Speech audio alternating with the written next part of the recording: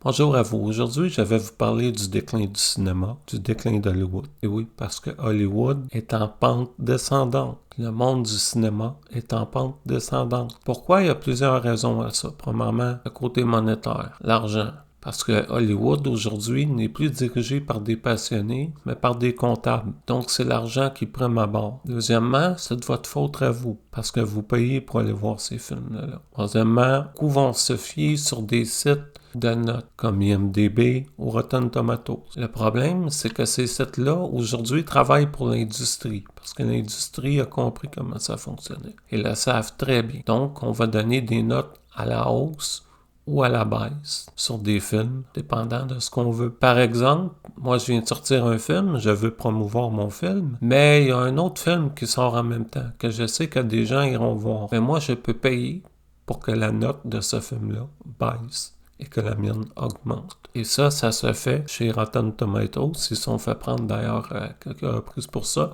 Et IMDb qui a été racheté aussi. Donc, ces firmes-là, ces sites web-là, ne travaillent pas pour vous parce que vous ne leur donnez pas d'argent, en fait. Ils travaillent pour ceux qui paient. Donc, l'opinion ou la note est biaisée. Il y a aussi la faute des critiques sur Internet. Malgré ce qu'ils peuvent vous raconter, malgré ce qu'on peut vous dire, avec une arrogance souvent, en vous disant comme quoi qu'ils ne gagnent pas un sou avec leurs critiques, eh bien c'est faux. C'est comme dans le jeu vidéo. Dans le jeu vidéo, c'est plus connu. Dans le monde du cinéma, on ose moins en parler, mais ça se fait aussi. Il y a des gros sous, qui sont donnés en arrière aux critiques et aux avis cinéma sur Internet pour justement mettre en avant un film ou, au contraire, plutôt donner des avis plutôt négatifs sur d'autres. Pourquoi ils font ça? Eh bien, c'est qu'ils reçoivent des gros sous en arrière de ça. Et ça n'aide pas non plus. Ça aide même au déclin du cinéma. Parce que vous, de bonne foi, vous regardez votre critique préférée, vous écoutez les avis et vous vous dites, eh bien, s'il dit que le film est bon, ça doit être bon, et vous payez pour une place. Et vous vous réalisez, en fin de compte, que non, pas du tout. Oui, on peut avoir un avis différent, très compréhensible. On n'a pas tous les mêmes goûts. Sauf qu'il y a des évidences. Je vous dirai pas quel youtubeur, quel critique, mais qui faisait louange du film Flash, mais avait été invité en avant-première. Voyez où je vais en venir.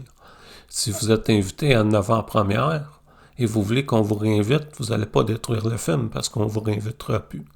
C'est une évidence. Les critiques sont responsables de ça. Pas tous. Il y en a qui vont rester en vérité, si on peut le dire comme ça, qui vont rester en cohérence avec eux-mêmes. Mais beaucoup reçoivent des gros sous. Donc ça a un effet très négatif au cinéma actuel, au monde du cinéma. Côté de ça, vous avez évidemment les productions qui ont des agendas politiques, des agendas woke. Ceux qui ne croient pas en ça, mais désolé de péter votre bulle, mais ça existe pour vrai. Ça a même un nom. Donc, ils ont des critères à respecter. Ça ne fonctionne pas, d'ailleurs. La meilleure preuve que ça ne fonctionne pas, c'est que la majorité de ces films-là s'écroulent. Ça détruit le monde du cinéma. Un agenda politique, un agenda woke, une propagande. Il y a beaucoup de propagande qui est diffusée par les films. Ça existe depuis longtemps. Ça existait il y a 20 ans, il y a 30 ans. La différence entre la propagande et l'idéologie, elle est mince. La propagande, c'est qu'on veut vous faire adhérer à une idéologie quelconque. Ou, je vous donne un exemple. Dans les films, si par exemple, on voudrait que les personnes en arrière voudraient que vous aimiez les pantalons roses, par exemple. Ben, ils vont mettre des pantalons roses dans des films pour vous montrer comment c'est cool. Puis ils vont essayer de mettre ça en avant pour que ça devienne une mode. Que vous ayez vous acheter des pantalons roses. C'est un peu comme du placement de produits. Donc une propagande, c'est ça. C'est comme une idéologie. Une propagande, c'est quelque chose qu'on essaie de vous faire croire qui est cool, qui est bien, que les gens aiment, que vous serez aimé si vous adhérez à cette idéologie-là. Comme les gens qui adhèrent au wokisme parce qu'ils se sont trouvés une tribune. Ils se sentent bien dans ça parce qu'ils sentent qu'ils sont acceptés, qu'ils font partie d'un groupe. C'est ce que Hitler faisait. Si vous vous renseignez sur ça, sur ce que Hitler a fait, sur la propagande qu'il faisait, sur la propagande que les médias faisaient. Okay? Parce que les médias aussi, surtout les médias mainstream, sont payés pour mettre des films en avant, eux aussi. Donc les gens adhèrent à des idéologies et à une propagande. Tout ça aide à déconstruire. Ça s'appelle la cancel culture. Ça aussi, il y en a beaucoup. Ce qu'on fait, c'est qu'on prend des personnages ou des films connus et on les déconstruit, comme ils ont essayé de faire, comme ils ont fait plutôt avec Blanche-Neige. Comme les acteurs qui se mettent en avant avec une idéologie. Et on se demande, mais pourquoi ces acteurs-là, comme l'actrice principale de Blanche-Neige, que tout le monde connaît d'ailleurs, Rachel Zegler, je crois, qui prône son idéologie. Et beaucoup se demandent pourquoi la production l'ont laissé faire. Eh bien, c'est ce qu'ils veulent. Elle va dans leur sens. Parce que ces gens-là, en arrière, utilisent ça. Ils utilisent des idéologies et de la propagande. Et ils vous utilisent. Ils utilisent les personnes homosexuelles. Ils utilisent les personnes transgenres. Ils utilisent les personnes de couleur. Et vous vous en rendez pas compte. Ces gens-là s'en rendent pas compte qu'ils servent. Ils servent le mal, en fait. Vous comprenez? Ils servent ces gens-là en adhérant à ça. Mais ceux qui sont en haut regardent ça de bas et rient. Ils rient parce qu'ils se servent de vous. C'est comme des marionnettes avec des fils. Et ils se servent de vous pour pousser leur idéologie. Vous comprenez? Donc, pourquoi Hollywood n'a pas cancellé Rachel Zegler, l'a pas empêché de parler? Mais parce que c'est ce qu'ils veulent. Eux, c'est ce qu'ils veulent. Ils n'en ont rien à faire de la petite Zegler. Et elle est manipulée comme les autres. Elle continue. Mais quand ils n'ont plus besoin d'elle, ils vont la jeter. C'est ce qu'ils ont fait. Vous voyez? Ils servent des gens pour pousser une idéologie, une propagande. Ensuite, quand ils en ont plus besoin, ils les jettent. C'est tout simple, en fait. Donc, demandez-vous pas pourquoi ils l'ont laissé faire et elle laisse agir comme ça. C'est parce que c'est ce qu'ils veulent. C'est une idéologie qu'ils veulent pousser. Comme Kathleen Kennedy chez Disney. Comme les messages de James Gunn dans les films comme Superman, où Lex Luthor dit « Je suis ici pour te détruire. Ma mission est de te détruire. Et les personnes d'en haut m'ont donné tout pouvoir pour te détruire. » Ça, c'est un message caché de James Gunn en arrière, qui n'est pas caché finalement parce qu'on le voit clair, qui dit « Je suis payé pour détruire Superman. Votre personnage, votre super-héros que vous aimez, je suis payé pour le détruire. C'est mon travail de faire ça. » Donc, tout ça le détruit le cinéma. Les critiques de mauvaise foi détruisent le cinéma. Les critiques qui reçoivent des sous détruisent le cinéma. L'argent détruit le cinéma. Vous en êtes responsable en grosse partie aussi parce que vous payez pour aller voir ces films-là. Quand vous payez pour aller voir ces films-là, vous donnez votre autorisation en quelque sorte. Vous donnez votre consentement à ça. Vous acceptez ça. Donc, vous payez pour voir ces films-là. C'est le message. Le message que vous envoyez, c'est « On est d'accord avec ça ». Quand vous payez pour voir ça, c'est le message que vous envoyez. On est d'accord avec ça. Prenez un réalisateur avec des bonnes intentions qui veut produire un bon film et ce réalisateur-là être contraint à tourner son film d'après l'idéologie des studios. S'il ne cadre pas, s'il n'entre pas dans cette idéologie-là, dans cette propagande-là, on le jette et on en prend un autre. C'est tout simple. Donc, tous les réalisateurs qui ne veulent pas adhérer à ça seront mis de côté. Et tous ceux qui veulent gagner leur vie ou continuer à faire un travail qu'ils aiment, ils sont obligés de suivre cette idéologie-là, cette propagande-là. Donc, c'est soit tu fais ce qu'on te dit, soit tu n'as pas de travail. Qu'est-ce que le réalisateur va dire en arrière de ça? Je ne fais pas ça.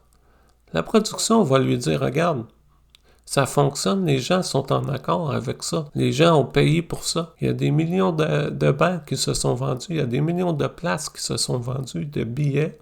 Alors les gens sont en accord avec ça, alors tu vas faire ce qu'on te dit. C'est aussi simple que ça. Quand on vous dit qu'un film a coûté tant de millions, qu'à l'écran, c'est pas ce que vous voyez pas le résultat. C'est qu'il y a des sous qui vont pas aux bons endroits, comprenez? Il y a des enveloppes qui se promènent de main en main. C'est pas vrai qu'un film a coûté 300 millions. Si on vous dit que le film a coûté 300 millions, c'est pas vrai. Il y a des sous qui se promènent. Il y a un Godzilla, je crois, qui a été fait en Chine, au Japon, je sais plus à quel pays exactement, qui, avec le tiers des budgets d'Hollywood, a fait mieux. Pourquoi vous pensez? Pourtant, il travaille pas mieux que personne, il travaille pas différent que personne. C'est juste que l'argent est mieux géré, c'est tout. Il n'y a pas des sous qui se promènent d'une poche à l'autre. Vous voyez où je veux en venir? Donc, tout le problème se situe là. J'ai vu récemment le dernier Superman. J'en ai fait une critique. C'est le pire film que j'ai vu. Et de loin, c'est le pire film que j'ai vu. J'en ai vu des films dans ma vie. Je peux vous faire des critiques professionnelles en critiquant la réalisation, en critiquant le réalisateur, en critiquant la production, le chef opérateur, le caméraman, la mise en scène, le jeu d'acteur. Je peux critiquer tout ça, mais à quoi bon? À quoi bon faire une critique pour des films qui en valent pas la peine? Pourquoi faire une critique constructive avec des détails quand les films n'en valent pas la peine? Il sont très peu aujourd'hui les critiques qui vont se donner la peine, vraiment. Puis je les comprends. Vaut mieux donner son avis et passer à autre chose, plutôt que de vraiment critiquer. Parce qu'il n'y a plus rien à critiquer. On en a des rares qui le font aujourd'hui. En France, du moins, on a du Randall qui fait des très bonnes critiques. On voit qu'il y a l'amour du cinéma, on voit qu'il y a une vraie critique en arrière de ça, qu'il y a un vrai travail. Ils sont très peu encore à le faire aujourd'hui. C'est compréhensible. C'est très compréhensible. C'est que ça donne pas la peine, ça donne pas envie, en fait, de critiquer. Quand on voit un film comme Superman, j'ai pas envie de critiquer la réalisation, la production, la mise en scène, l'écriture. J'ai pas envie de critiquer ça. Parce que ça sert à rien, en fait. Parce qu'il n'y en a pas. Il n'y a rien à critiquer. À part pour paraître bien, pour me la péter et dire « Ah, moi, je connais ça, le cinéma. » Ça sert à quoi? Je vous mentirai à vous pour vous faire plaisir. Ben non, je vais pas faire ça. Je préfère dire la vérité. Je préfère être cohérent avec moi-même. Moi, les films, là, vous savez, ça fait partie de ma vie. J'ai commencé à regarder des films à partir que j'avais l'âge de comprendre ce que je voyais. Je regarde des films depuis très longtemps. Que la production, la réalisation, tout ça, je connaissais ça. Il y a une vingtaine, une trentaine d'années, je connaissais ça. Je savais déjà c'était quoi ça. Les critiques aujourd'hui qui commencent à parler de films sur Internet, avec la production, la réalisation, la production, la réalisation, les acteurs, le réalisateur, la mise en scène, l'écriture, tout ça. Les gens aujourd'hui se la pètent. Que penses-tu de tel réalisateur? Que penses-tu de tel chef opérateur? Mais est-ce que je fais ça? Je connais ça. J'ai 47 ans aujourd'hui. J'ai commencé à regarder des films, j'avais 8 ans. Mais pourquoi je le fais pas? Parce que ça sert à rien. C'est inutile.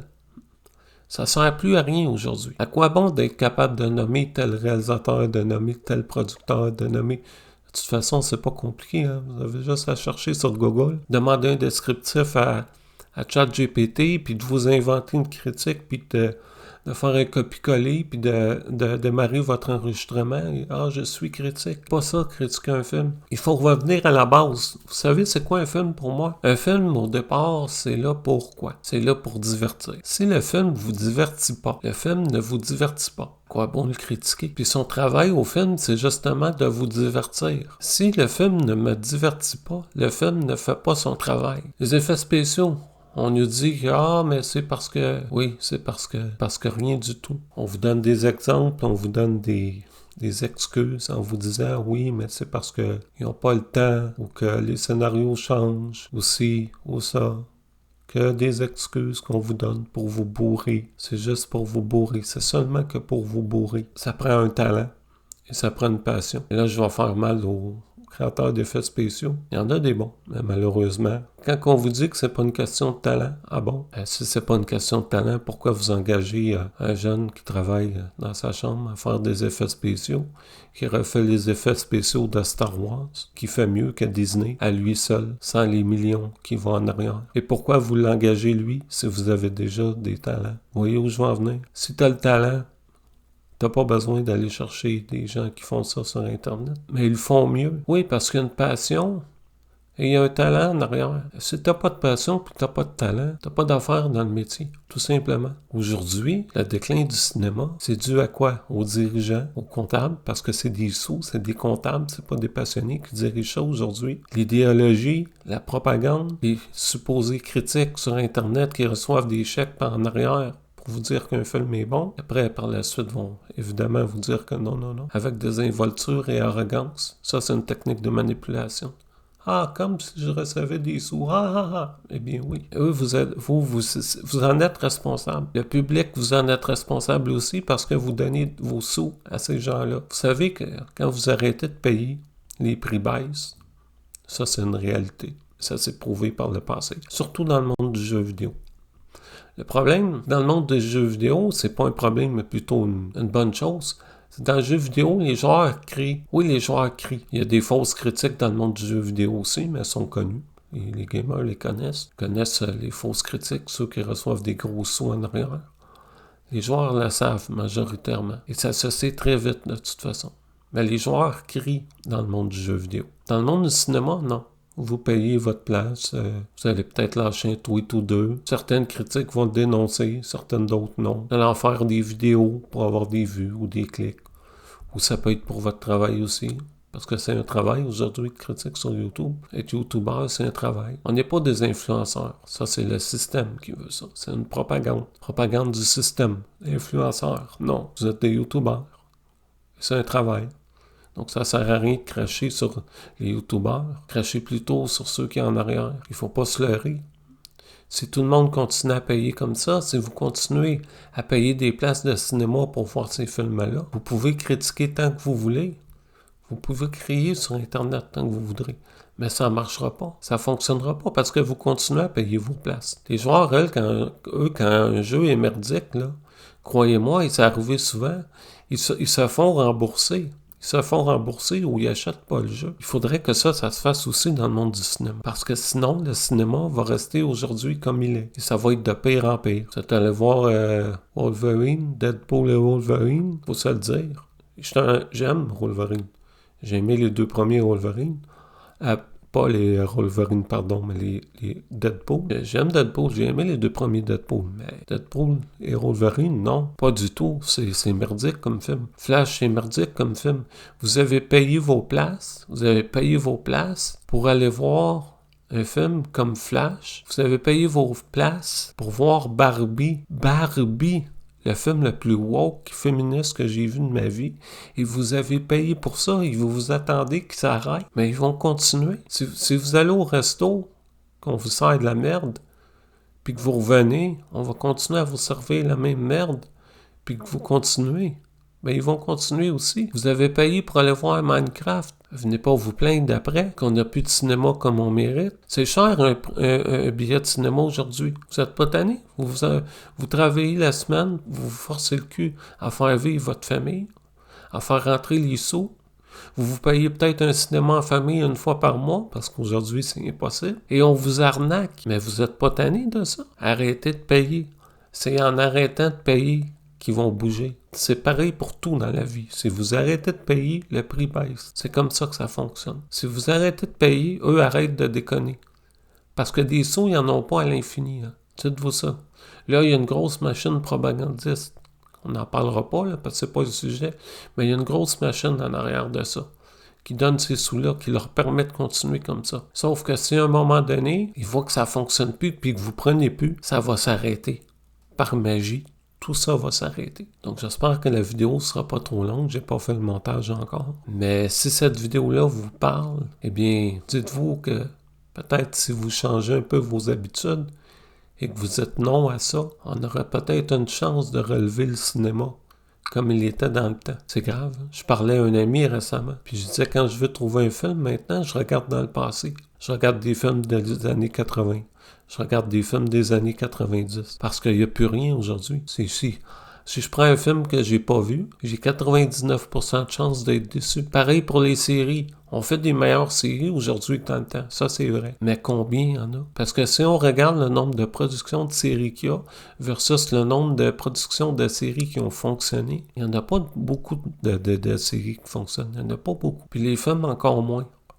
Si vous prenez le nombre de films qui se produisent par année versus le nombre de films qui sont vraiment bons, il n'y en a vraiment pas beaucoup. C'est pour ça que sur certains pays qui produisent moins, qui ont beaucoup moins de moyens que les Américains, qui font moins de production, ben forcément, ça joue. Vous voyez où je veux en venir? Si vous produisez des millions de films par année, mais que vous en faites 3 ou 4 de bons. Mais si vous en produisez une trentaine et que vous vous foirez sur 29 films, mais ça va se voir tout de suite. On va dire que vos films sont pourris. Versus des millions, c'est sûr qu'il y en a quelques-uns qui vont être bons. Ça veut pas dire que les Américains sont meilleurs que les autres. C'est juste que toi, t'as eu plus d'essais. Les autres pays, eux, non. Ils en ont eu moins parce qu'ils ont moins de moyens. Fait qu'ils ont moins d'essais. Donc, ils produisent moins de bons films. Mais la qualité, là, la passion est là. J'ai parlé beaucoup. J'avais beaucoup de choses à dire. Mais je pense que là, tout est dit. S'il y a d'autres choses qui me viennent en tête, j'en referai une vidéo, mais je crois pas avoir besoin de refaire une vidéo sur le sujet. Je pense que j'ai dit tout ce que j'avais à dire. Si vous avez le courage de rester jusqu'à la fin de cette vidéo-là, laissez un petit commentaire. Pas pour l'algorithme YouTube, pour que je sache que vous regardez ces vidéos, tout simplement. Beaucoup de vidéos, je suis tout neuf encore, mais j'ai des vidéos qui ont des pouces, mais ils n'ont pas de commentaires. C'est appréciable. Même ça, c'est appréciable. Parce que je vois au moins qu'il y a des gens qui ont pris le temps de regarder et qui ont aimé. Parce qu'aujourd'hui, on prend un peu le temps de supporter les youtubeurs ou les critiques, ou on regarde une vidéo, on passe à autre chose, ça nous soutient. Moi, je mets pas de pub sur mes vidéos. Mes vidéos ne sont pas monétisées. Elles ne seront jamais monétisées. Et je fais pas ça pour les sous. Je fais ça par l'amour du cinéma. Parce que j'aimerais que le cinéma redevienne ce qu'il était. Et ce qu'il n'est plus malheureusement. Qu'on l'ait laissé au profit de monnaie, au profit de l'argent, d'une idéologie. Ça, je trouve ça bien dommage. Donc, je vous dis à plus, à la prochaine. On se revoit dans une prochaine vidéo. Au revoir.